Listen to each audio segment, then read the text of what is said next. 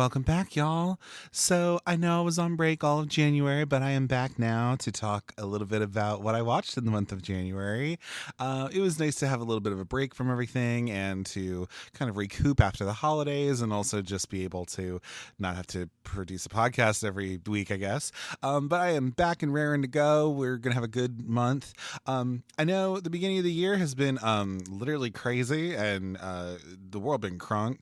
We had the Altadena Eaton fires over in California. So, of course, if you're able to, please send people who are in need money, send necessities to them like food and water and like toiletries and things like that, and just show your support the best way you can, especially if you're in California or if even if you're not, giving money to people that you would like to give money to and all that is super important.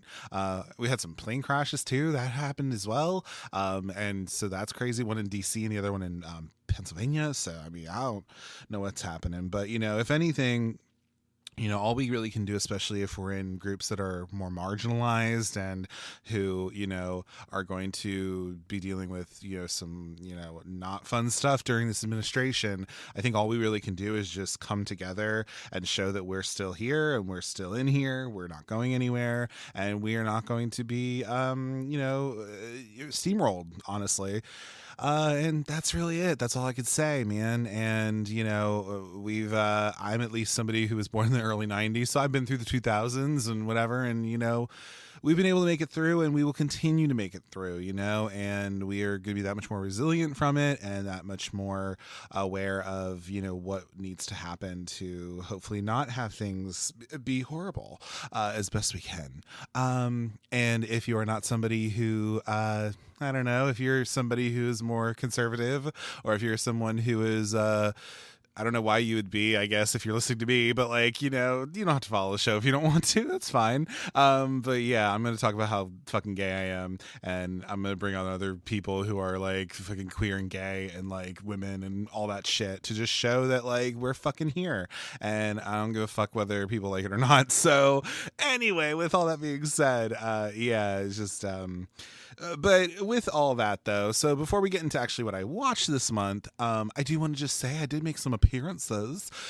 So I was on Men Who Like Movies, where we covered Disturbing Behavior from 1998. So you should go listen to that episode. I'll put it in the show notes in case you want to listen to it. Talked for 2 hours about a movie that literally was only 87 minutes, but it was super fun. And Clayton and Sean were just a hoot to talk to. So thank you both so much for having me on your show, of course.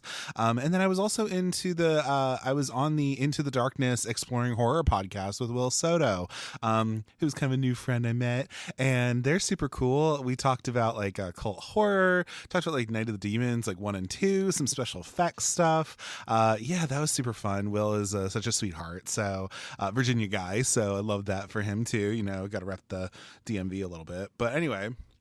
Yeah, it was super fun. And then, of course, also, if you listen to my show, you know that, I had my little interviews. So I had one with Joseph Doherty, who wrote a book, Rod Serling at 100. And then I had Emily Marinelli from, she wrote the Comfort Sequels book. You see my brain's all over the place, but yeah, and that was super fun too. Our conversation was super great. I definitely want to bring Em back for an episode this year, of course. Definitely want to. I wonder if you're gonna know what it is, but I want to do that. And yeah, they were so super sweet. So thank you so much to the publicist who reached out to me and kind of helped set these up and for getting me to be able to talk to those wonderful people. It was super fun.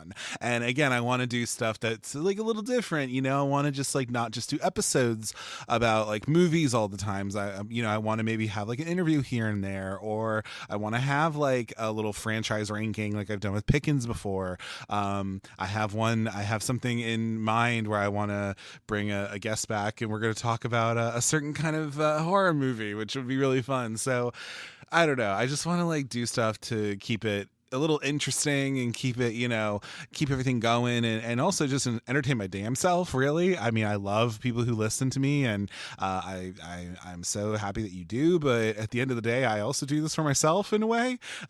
So it's super fun, and if you enjoy it, then I'm super happy to be doing it. So that's all I could say. But with all that being said, let's go into what we actually watched this month and what I actually watched this month. So speaking of Joseph Dougherty, I did actually end up watching, because I was talking to him, I decided to watch his movie that he wrote from 1991 called Cast a Deadly Spell. This is a movie from HBO. And it's so in a fantastical 1940s world where magic is used by everybody, a hard-boiled detective investigates the theft of a mysterious tome. And yeah, this one is super interesting. So this is like a movie with like Fred Ward in it and David Warner. Julianne Moore is in here before she became a big giant star. And it was Martin Campbell movie. What else did he do? He did this movie, but he did like Casino Royale 2. He did like The Mask of Zorro. And I think he did Goldeneye apparently as well. So that's kind of fun. Anyway, but yeah, I gave this a 3. I thought it was fine. Like, it's definitely a really cool little movie. It's very Lovecraftian because it's based off Lovecraft. Maybe not the racist part, hopefully, but like, if anything, it's just a really interesting it's magic, but not like what you think of magic, I guess. And who doesn't love a movie with Julianne Moore in it? Like, come on now. A little underrated movie. So yeah, if you have HBO, go check this one out if you want to. And again, I got to talk to Joe about it. Joe Dougherty was super fun. Who wrote the movie? So yeah, that was kind of cool. The next thing I did, because I actually decided to, based off of Girl That's Scary, because they were talking about it recently on their found footage episode they did, you should check that out. But they talked about the app Found, which if you're a found footage girly like myself, or found footage boy or they or whatever, there's a whole like fucking like an app where you can get free ass like found footage movies. And so I was watching some of them. I was pulling up on some of those. I will say this much, that some of the ones I watched, didn't really love them. This one was the McKinney Family Home Videos, and this one, I don't even know what the hell happens in it. So, according to Letterboxd, husband and father Dwayne McKinney tapes all of the most important moments in his family's life, but his home videos document more than just the day-to-day lives of his wife and children. A family torn asunder by a unseen force lurking the murky darkness of plain sight. The McKinney Family Home Videos is a father's plea for forgiveness and a mother's vindictive grip on her family. And listen, I don't really know what happens in this movie, and so it's kind of hard for me to recommend it. I will say this much. I did get 2 likes on it, one of whom is somebody named Burn Matside, who I think they are like a friend of the like director or whatever, or the writer, or I think it's the director. And that's fun. And then another person named Nick, and he's the guy who made the movie. So shout out to y'all. I never made a movie, so whatever. I'm not gonna say I liked it necessarily, but because I didn't. It's very analog horror. It's very much like, it's not like, I never watched Skinamarink, so I don't really know what that is, but like, or I don't really know what the vibe of that is, but this movie was just fucking weird. And I just was I don't know. I didn't love it, but you know what? Shout out to those people who liked my my little comment on Letterboxd, I guess, and shout out to these people for making a movie. Like, I never did it, so shit. Like, what do I have to say? I just have a podcast and whatever. But anyway, and then the next thing I watched was also on Found. It's called Untitled Footage. So this movie is it's a found footage horror movie from the world of Split Screen, which I think is another horror movie. It's another found footage movie, I guess. And this one was also bad. I didn't really care for it. It's kind of like it reminds me a little of like the Poughkeepsie tapes meets a little bit of like Blair Witch, because they're like in the fucking like woods and shit, and there's like a murderer and something and all this, and I just was, but it's worse personally. Again, I think this came out of like another found footage movie made by this guy, Joshua Brooker, I believe. So yeah, I just was not a huge fan of it. So there's that, but I will pull back up on Found. I just wasn't really that interested anymore to do it. Cause I was just like, girl, what am I doing? But yeah, it was what it was. But anyway, I watched 3 movies on the 4th. Jesus Christ, what is wrong with me? Anyway, the next thing I watched was actually from 2003, and this is A House of a Thousand Corpses. I ended up watching this with the Horror Queers commentary track because, funny enough, I mean, I have seen this movie before, but I just decided to watch it with the commentary of the Horror Queers because why the hell not?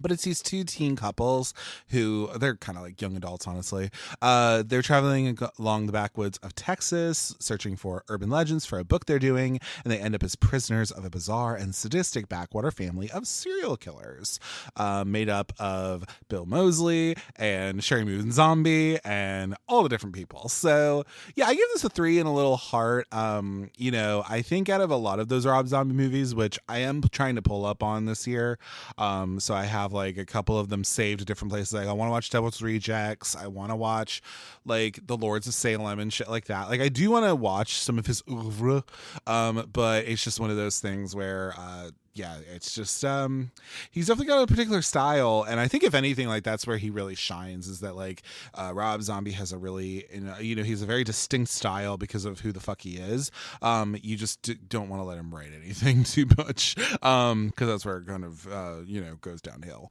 But yeah, I liked my little watch of it. It wasn't bad in my opinion. I did generally, you know, enjoy my watch of it, and listening to Trace and Joe, it was super fun having them talk over it, which was nice, getting to just hear what they had to think. I'm gonna take a sip of water real quick, but yeah. So for any of you ASMR girlies out there, but anyway, the next thing I watched was actually for an upcoming episode I'm going to be doing. I decided to watch the remake of My Bloody Valentine from 2009. That's right, the one that's in 3D. I had never watched this before, and so this is pretty much a remake of the movie from 1981, which you'll be hearing an episode on later this month with Pickens and me. I already put up this release schedule, so you already know that if you're listening. But this is 10 years after a Valentine's Day tragedy claimed the lives of 5 minors. Harry Warden comes back and kills some people. And yeah, this is directed by Patrick Lussier, who did the movie Cursed. He was also the editor of a lot of the Scream movies as well. And it has like Kerr Smith in it. It has Jamie King in it. Not Jamie Presley, but Jamie King. Jensen Ackles is also there, and has Tom Atkins in it. That's kind of fun. And yeah, and guess what? This movie is not that good. I gave it a 2.5 and a little heart. I mean, it's kind of trash. Like, honestly, I wasn't like that blown away by it, really. I was like, okay, what the hell are we doing, man? There's like little nods here and there, and you know, that's all fine and well, but I was like, bro, I gotta go. Like, you know, what are we doing? But anyway, yeah, but I watched it because I am covering the original one. I wanted to get some background, and we will talk about the remake as well. But yeah, I probably won't watch that shit again, to be honest. I'll just watch the 1981 one, honestly, if I really want to. And then I also watched a little fan film on this, you know, the YouTubes. You can find Valentine's Bluff, I believe, or something like that, or Valentine Bluffs. I don't know. But there is a little fan film that has fucking Lloyd Kaufman in it, and it has the guy who I think he's in this movie, the 2009 movie. He's in that little fan film as well. So if you are wanting to check that out, please do. I don't think I'm going to link it. You can just go find it. But yeah, I'll link the other things I talked about before. But like, you know, you can go find that on your own. It's if you really want to. The next thing I watched was for an upcoming episode as well. That is Frozen from 2010. Not the one with Anna and Elsa. The one where it's 3 people stuck in a ski lift chair. Yes, that's pretty much what this movie is. It's literally just these 3. So there's a boyfriend, girlfriend, and then the guy's best friend. They are stuck in a chairlift on a abandoned ass mountain, or like not an abandoned ass mountain, but it kind of is. Like it's a ski resort, but then nobody's fucking there and they get left. And then they pretty much have to like survive the fucking elements. This is an Adam Green movie, the guy who did the Hatchet movies and Victor Crowley and stuff, and a BFF with Joe Lynch and all of this. But yeah, I gave this a 3.5 and a little heart. I'm doing an episode on this later this month with Jen Adams, Jen Ferratu from the Losers Club and the Lady Killers podcast and Girls on the Boys, and horror journalist extraordinaire. She's such a sweetheart, and I loved our conversation as well. So thanks to Jen in general for coming to my show, but also like shout out to Clayton and Sean, because they had her on their show before, and I was like, oh my god, that's great. And I was just like, fucking let's do it, man, I need to do this shit. So yeah, but that episode was super fun, and I am very excited to go and listen to it, and I hope you're excited to listen to it. And yeah, it's a good time. We had a really good conversation, and I am looking forward to, I'm really hoping, I'm putting it into the universe, but I do definitely want to try and get on the Lady Killers pod at some point. It'd be really nice. Because, I love killer ladies. They're fucking great. I love a movie with a killer woman. So yeah.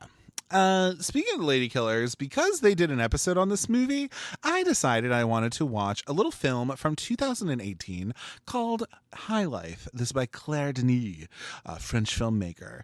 I'll talk about another one of her films in just a little bit. But yeah, this is a movie. It has Robert Pattinson in it and Mia Goth. And it's about a father and his daughter. So the father is Robert Pattinson, and his daughter is like a little baby and then turns into a little girl, or like a preteen girl, kind of. They struggle to survive in deep space where they live in isolation. Also, the other thing is that we are following these people who are put into like prison pretty much, and they get put into space to kind of just fucking rot away. And there's some weird shit that goes on up in Space Girl in this movie, okay? This is a feel-bad movie. This has Juliette Binoche and also Andre 3000. And, it is just not a movie to make you feel good. I gave it 3 stars. It has vibes. It's definitely a vibe movie. There may or may not be like a fuck machine that's there. Listen, Sarate. But yeah, it's a crazy ass movie. So approach with caution, I guess, but I am interested in trying to go down the similar to Rob Zombie. I do want to go down the Claire Denis oeuvre. So of course she's the person who did this movie, but she also did a movie I'll talk about in a little bit. And then also like Trouble Every Day and very much film French. She didn't do all French Extremities, but like she has done a lot of different things, and I just want to see what the fuck she does. So why the hell not? But yeah, so the next thing I watched was actually on Canopy, and I'm so glad I was able to watch it. I thought it was great. This is Chasing Amy from 2023. So this is a movie by a person by the name of Sav Rogers, who is a trans man. This is about pretty much a transformational impact of this 90s rom-com by Kevin Smith on a little 12-year-old kid from Kansas named Sav. And so yeah, this movie kind of became a certain kind of thing for Sav at the time, at least, because they were living in Kansas in a very conservative area, and this movie, because it even dealt with like the base of gay themes. To be honest, I have not seen Chasing Amy, so I know it deals with some bisexuality, of course, because that's the Joey Lauren Adams character and all this stuff. But it's just really interesting because it kind of follows, like, we're talking to different people. We talked to like Guinevere Turner in this movie. We're also talking to like Kevin Smith, obviously, and all this. But yeah, it's a really interesting movie, and I'd heard about it from like Bra Meets World, I think, had Sav on to talk about this movie.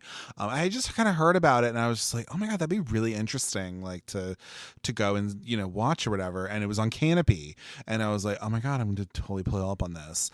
and I'm glad I did. It was a really nice story. It's interesting to see Sav like go from early in their transition to then by the end of this movie, like they're way more masculine and they look more masculine, which is so super cool to kind of see that. And also just like they were living with their family at the time, like when they started this, and then they were able to move out and like be with their now wife and stuff. Like I just thought it was so cool.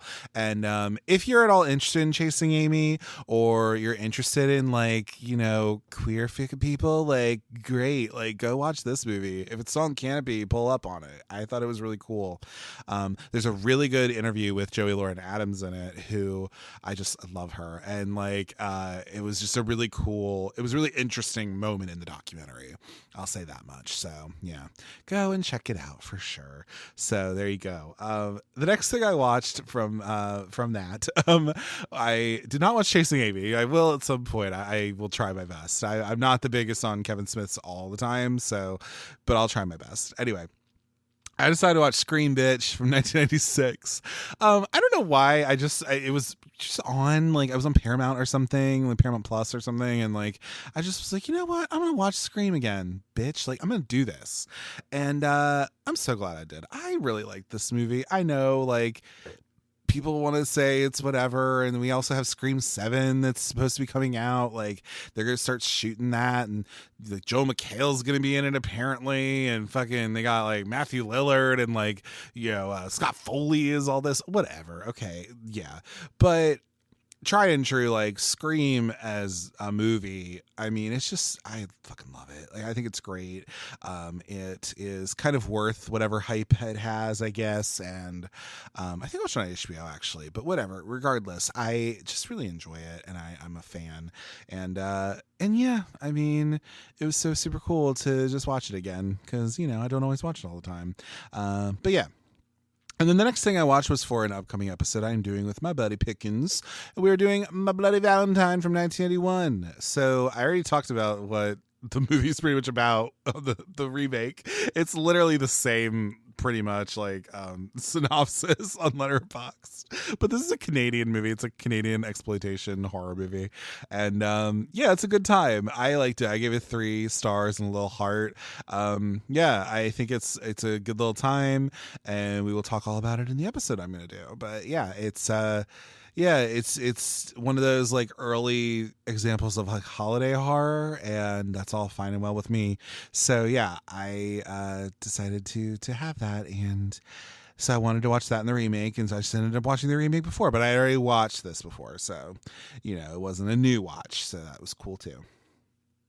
The next thing I watched was because we are supposed to be at some point this year getting a new Final Destination movie. So I am slowly but surely getting through the whole series. I have not watched all of them. I've watched the first 3, and then I have not seen the 4th and the 5th one. However, I rectified at least one of those by watching The Final Destination from 2009. This is about a young man and his friends, I guess, who almost die at a racetrack, and then, you know, death is coming to beat their ass pretty much. And this movie is very well known for being the worst one of the series, and I mean, I can't lie and say that it's not. I mean, it is. It's not good. I gave this 1 star. I mean, it's just like not that good. It was very much like, I think it was supposed to be in 3D, obviously, and we were just doing that. You know, obviously we have the fucking like the Bloody Valentine one. You know, so it was just, this is a hot ass mess. So I need to watch the one with Nick D'Agostino in it, which is the 5th one, and then honestly I'm gonna be pulling up on the 6th one probably. I don't even care. I might just go to the theater for that, honestly, because sometimes I like to wait until things stream because I don't like to leave my house half the time. But like, you know, I might just need to pull up on this, like, to be honest, and pull up on the 6th one, and it might be shit. And I'm, you know, I am hesitantly optimistic, if anything. But yeah. So after that, I ended up watching a little film, which I think was on Canopy or something like that. What the fuck was it on? I don't remember now, but whatever. It was on Tubi. Duh, wow. Yeah, it was on Tubi. This is a movie called Swallowed from 2022. This is a Carter Smith movie. That guy is a gay man, and he is the one who did The Ruins from 2008 or 9 or something. But he also did like Bug Crush, and he did a couple different like movies and stuff. He's also a fashion photographer guy, so that's kind of fun. And this is about Benjamin and Dom, and they have been best friends since they were kids. And Dom is planning to send Benjamin because Benjamin's leaving for LA. They live in like the middle of wherever the fuck, and he's like, okay, I want to like leave you with some money. So what they have to do is they're doing a little bit of a drug run, if you will, and then craziness ensues from there. So yeah, for a movie that has in its trailer, because I did watch the trailer of it, not for the squeamish, that was a poll quote that they had.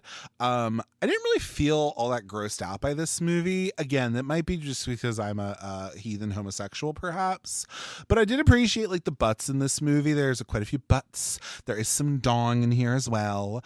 So that was all fine and well. We also have Jenna Malone in here, and we have Mark Patton from Nightmare on Elm Street 2, who plays the villain of this film.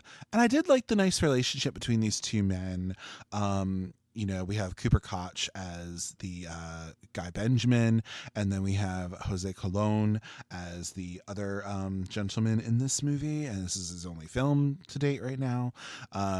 And yeah, it was cool to also see Mark Patton as well. I hope he had fun. I wouldn't say like his performance was maybe like that, you know, super like, I don't know, like it was not bad, but I also just feel like, I don't know, man. It was just one where I was like, I think a lot of this is a lot of this role feels very much like it was Mark, you know, and he's also been through it, though, I will say that much. But it was really cool to see him in the movie, and I just hope he had a good time, if anything. But yeah, I wouldn't say like the movie is like, I gave it a 3 and a little, I didn't give it a little heart. Yeah, I gave it a 3, and it's fine. Like, I don't dislike it or anything, but I also can see why some people are not going to love it necessarily. But Carter Smith, shout out. And you know, I love a good queer horror film, and I will recommend this one for people who are so inclined. So yeah. The next thing I watched has had the, you know, the internet streets a little bit. You know, the girls have been, you know, they have been a flutter with this movie called Red Rooms, or Les Chambers Rouges. Don't you love my French? I'm going to talk about French in a little bit too. Anyway, yeah, this movie is from last year, 2020. Well, actually, no, it's from 2023, but it came out in 2024 for a lot of the U.S. folks. This is a case of the serial killer. They've just gone to trial, and this chick model Kellyanne is like obsessed with the trial, and like reality starts to blur with her like morbid fantasies, and she, you know, is trying to find like a snuff tape and shit. It's a really weird fucking movie, dude. But it's really fascinating. It's like a courtroom drama a little bit. It's like going into the psyche, not the psyche, but like it's following this like young woman who's just like a little odd, and like, just, I don't know, man. It's a really interesting little film. And I just, I don't know how to explain it. It's just like, it's such vibes. It's such vibes. So I will, you know, I'll give a gently recommend, if you are at all interested in horror like that. So, and nothing's too graphic in it, which is good. It's just very unsettling, if anything. It's creepy. But yeah. And then I ended up just actually finishing this tonight, but I started watching it on the 20th or something, or the 21st. I was watching Elizabeth Taylor, The Lost Tapes on HBO.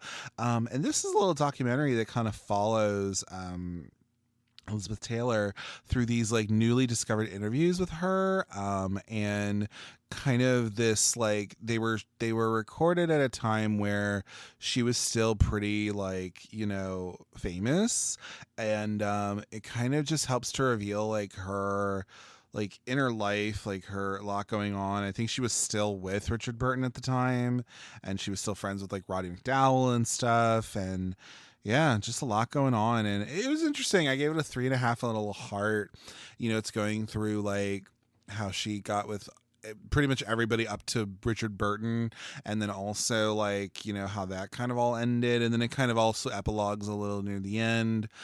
They also show, well, they have an interview that was done by Dominic Dunn in the 80s, and it was kind of a little bit of a follow up. But yeah, it was really interesting. And I don't know, Elizabeth Taylor's always been kind of a really cool chick to me. I've always really liked her. She's gorgeous, obviously, but also just like understanding that she was like a literal child actor and like child star pretty much. And she then was able to move into being a, like full-fledged movie star. And like winning, what was it, 2 Oscars, I think.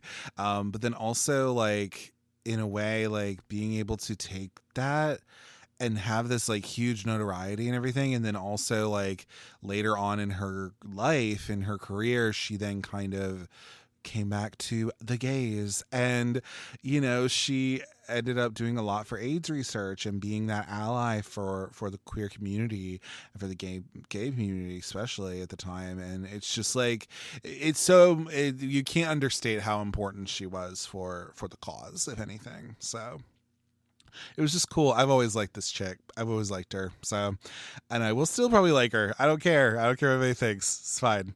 The next thing I watched was actually because I had seen that Horror Queers had an episode on it, and I had wanted to check it out before. This actually, if you at all want to listen to my episode of theirs, which is all about Evil from 2010, the Peaches Christ movie, this movie, The Eyes of Laura Mars, is the next movie after that, so you can go listen to it. And actually Carter Smith is on the episode for that, so that's kind of fun. I just talked about Swallowed, so there's that. Anyway, this is a Faye What Dunaway movie. This is Irving Kershner, who then ended up doing like a Star Wars movie and like other shit after this, like all this. But this is a 78 movie, and yeah, a famous fashion photographer, Laura Mars, played by Faye Dunaway. She has this like weird, disturbing ability to see through the eyes of a serial killer, and weird shit happens. Tommy Lee Jones is in here, and we also have Brad Dourif is in here, Raul Julia before he was Gomez. It's a whole thing, y'all. Yeah, it's a good little time. I watched it on Tubi, and yeah, I think if you're at all interested in like 78 movie, like 70s movies, like late 70s movies, this is also very like, it feels very much like a weird giallo film in a way. Like, I don't know. I would check it out. I'd pull up on it personally. So yeah, Eyes of Laura Mars. It's so like chic and fashionable. It's so cool. The next thing I watched was actually kind of a continuation of something I'd watched previously. This is the movie The House is October Built from 2014. Now, I watched the original of this movie in I watched it a few months ago, and it was one from 2011 or something. And this one is about, similarly, it's about this documentary crew who set off on a road trip to go through these different haunts around the country. And, pretty much the haunt begins to come for them and all this. And to be honest with you, like, I really did not care that much about this movie. I gave it a 2.5. I honestly didn't really like it that much. I don't know, like, I just was like, I had watched The House is October Built, which is, well, the 2011 one, and I thought it was more interesting in a way. They do take some of the interviews and kind of splice them throughout this version, 2014. But I even thought like the ending of it, I didn't care for the ending of this one. I liked the ending of the other one. So that's just my opinion, but I just didn't really care much for it. So I would not recommend it, in my opinion. If you want to watch the one from 2011, it might still be on Shudder, but yeah, I just wasn't a fan. Sorry. Anyway. And then the next thing I watched was 2019, and you are going to hear an episode about that coming up next week, I guess. I have not recorded it yet, but well, I'll get to it. No, I'm going to get around to that. But I watched The Lodge from 2019. This is a rewatch for me, but this is a movie by Veronica Franz and Severin Fiala. And this is a movie about a man who leaves his wife for somebody, and well, him, the new chick he's with, and then his children, they end up in this like remote ass like, you know, cabin, the lodge, I guess. And some weird shit goes down, man, because Grace, played by Riley Keough, the new chick that he's with, has had a really rough past. And well, this is a very much feel bad horror. So if you're into that, let's discuss. But yeah, we'll discuss that on the episode about it. All I said is fuck these kids and fuck this dad. Yeah, also Lady Killers did an episode on this recently, actually near the end of the year, so go listen to that if you want to. But yeah, but yeah, this movie is just fucking a lot.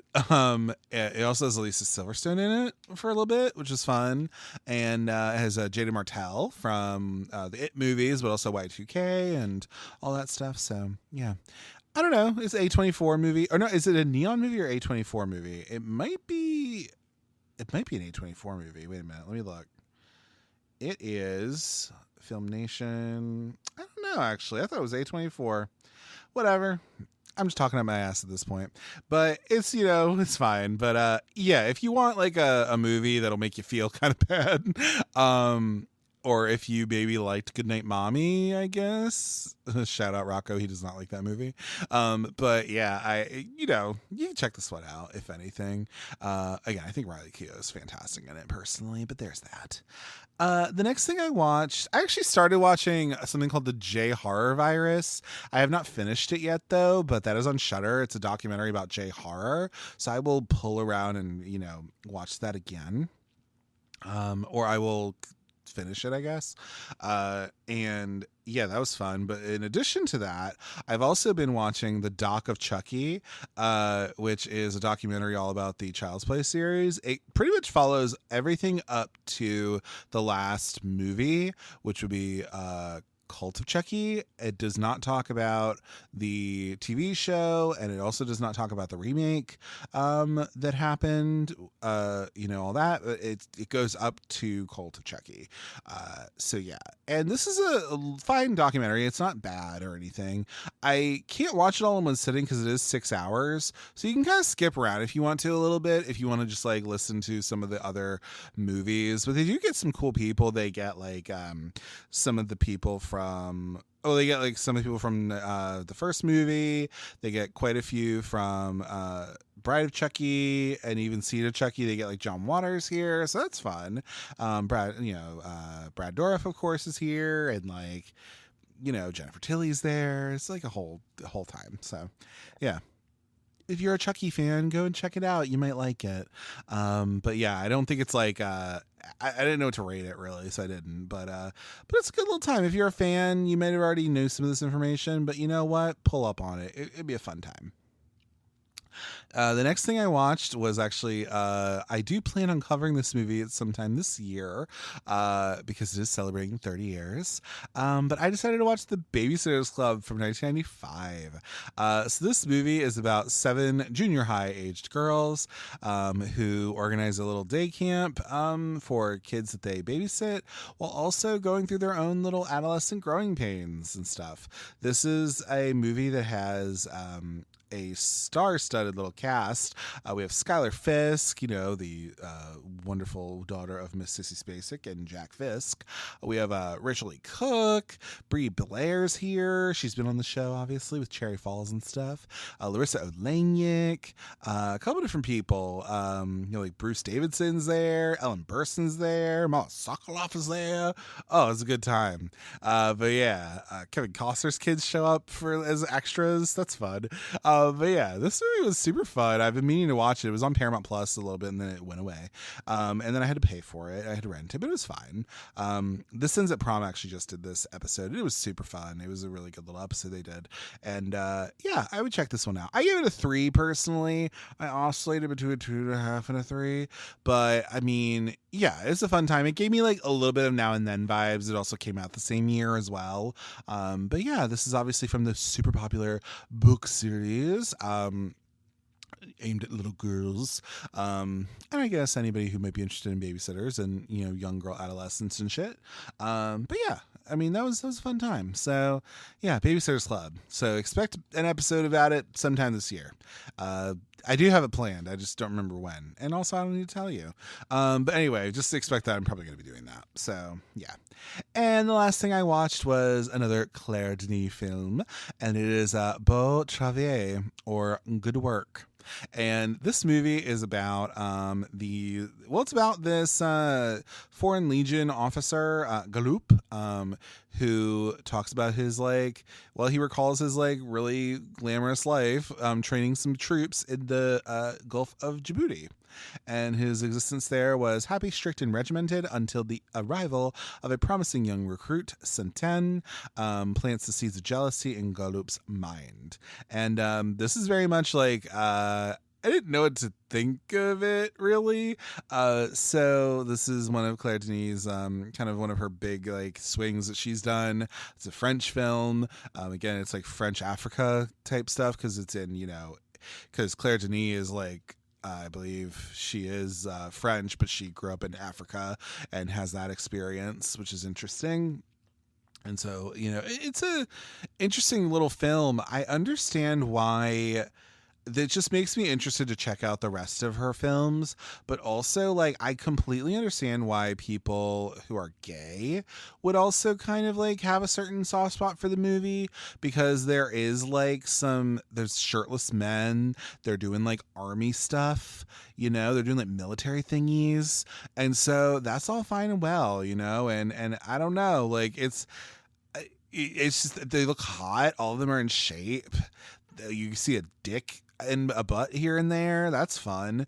And I don't know, it's just really it's such an interesting kind of look at masculinity and a bunch of weird shit. I don't know, it definitely is a little art housey, but I don't mind that necessarily. But yeah, that's what I watched, and I just finished it tonight.